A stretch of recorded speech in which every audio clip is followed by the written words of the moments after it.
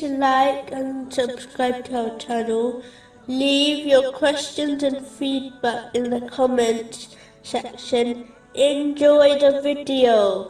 In a narration found in Imam Bukhari's Adab al-Mufrad, number 375, the Holy Prophet Muhammad, peace and blessings be upon him, advised that Allah, the Exalted, does not show mercy to the people who do not show mercy to others.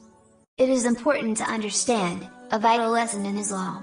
What one gives is what they will get. If a person treats others with mercy and kindness, they will be treated with mercy and kindness by Allah, the Exalted, and people. Without this mercy from Allah, the Exalted, they can never gain the good things they desire in this world or in the next world. If a Muslim treats others in a bad way, Allah, the Exalted, and people will treat them badly too. A Muslim must remember that Islam teaches people to treat all people kindly, Muslims and non-Muslims, and even animals. The best way to do this is by treating people the same way a person wants to be treated by others.